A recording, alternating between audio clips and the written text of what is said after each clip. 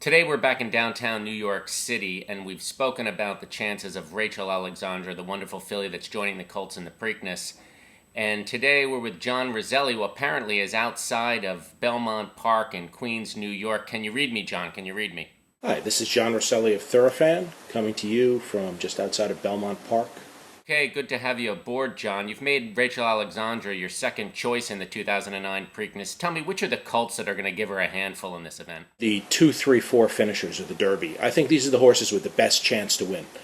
Pioneer of the Nile, I believe, will step forward when he runs, if he runs, on a dry track, a dry dirt track. I think that's the best track for him. I think he's still capable of being one of the best 3-year-olds this year, and I believe he will move forward and show it on Preakness Day, and he's the horse that I think is most likely to win. The other two, Pop Clem and Musket Man, these two horses have shown themselves to be capable. I don't know that they've shown themselves to be capable of winning a major race, but they are capable of being an important factor. And I think, again, with the right trip, and as we found out in the Derby, the right trip does matter a lot. With the right trip, either one of them can be close or in the picture. John, there's some horses coming in that had skipped the Derby that are giving it a try to pick up the second jewel, the Triple Crown. What do you think of their chances? I would throw out horses like Big Drama, Tone It Down, Conservative, Hull. They look good against lesser competition. They're not going to show up on Preakness Day. One of the horses who did skip the Derby, who is coming, is Take the Points. Take the Points would have been an interesting pick in the Derby, a kind of a mid-long shot.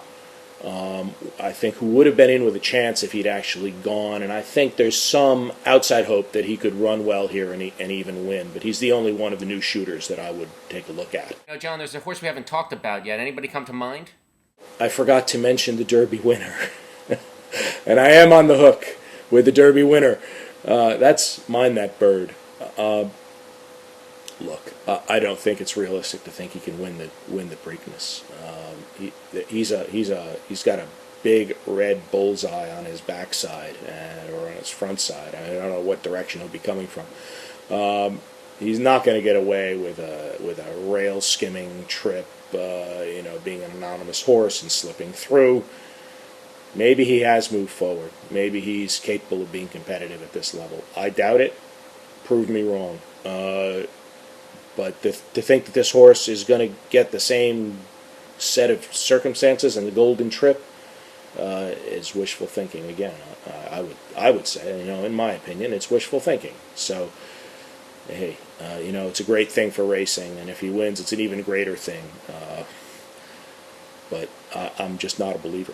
All right, it seems that Mind That Bird hasn't picked up any more respect from Roselli, and we'll check in after we get the post positions at the end of the week. Thanks, John.